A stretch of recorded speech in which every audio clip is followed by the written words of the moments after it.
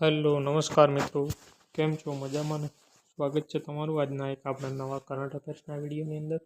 તો મિત્રો, આપણે આજે 23 ડિસેમ્બરનું કરંટ અફેર્સ જોઈશું, જે તમારા માટે આવનાર police constable, PSI, ICC, mains, જીએસબીની એક્ઝામ, જીપીએસસીની એક્ઝામ જે વગેરે એક્ઝામો માટે point to point current affairs, દરેક પ્રશ્નનું 360 ડિગ્રી સોલ્યુશન, જેનો ઊંડાણપૂર્વક સર્ચ કરી અને તમને પ્રશ્નો આપવામાં આવે. તો તમને વિનંતી છે કે મિત્રો, તમે વિડીયોને પૂરો જુઓ, તેમજ ચેનલને સબસ્ક્રાઈબ, વિડીયોને લાઇક અને શેર કરવાનું ભૂલતા નહીં. તો ચાલો મિત્રો, શરૂ કરીએ.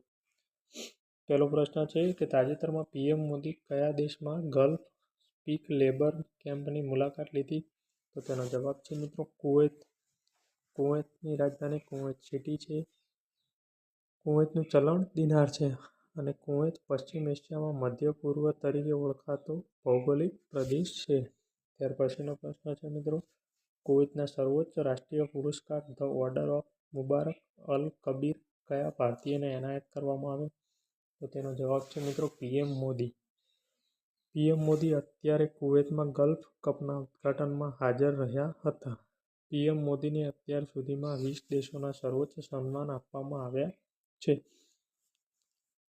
તો મિત્રો, તમે કોમેન્ટ કરજો કે કયા કયા 20 દેશોના સન્માન આપવામાં આવ્યા છે.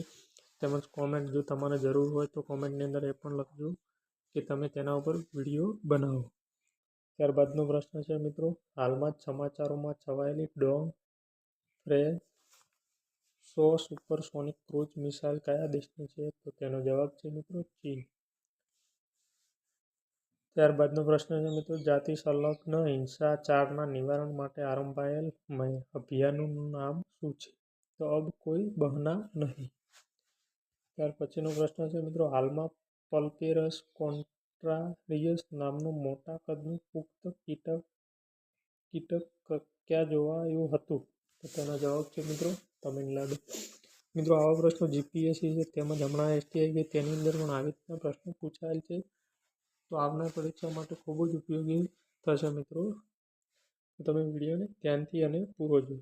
ત્યાર પછીનો પ્રશ્ન છે, ક્યાસ્નો ફોરેસ્ટ ડિસીઝ હાલમાં કયા રાજ્યમાં જોવા મળ્યો? તો તેનો જવાબ છે મિત્રો કર્ણાટક.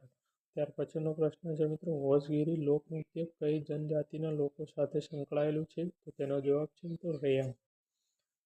ત્યાર પછીનો પ્રશ્ન છે મિત્રો, હાલમાં સમાચારમાં છવાયેલી ઓરેસ્નિક હાઇપરસોનિક મિસાઇલ કયા દેશે વિકસાવી છે? તો રશિયા. મિત્રો, રશિયા અને યુક્રેન વિશેના જે પણ પ્રશ્નો હોય તે પણ કરંટ અફેર્સની અંદર આવનાર પરીક્ષા માટે પૂછાઈ શકે છે. ત્યાર પછીનો પ્રશ્ન છે મિત્રો, હાલમાં ચર્ચામાં રહેલું અષ્ટમુંડી તળાવ કયા રાજ્યમાં આવેલું છે? તો કેરળ. ત્યાર પછીનો પ્રશ્ન છે મિત્રો, તાજેતરમાં કઈ ટીમ મહિલા અંડર-19 એશિયા કપ ખિતાબ જીત્યો હતો? તેનો જવાબ છે ભારત. ભારત અને બાંગ્લાદેશ વચ્ચે ફાઇનલ રમાઈ.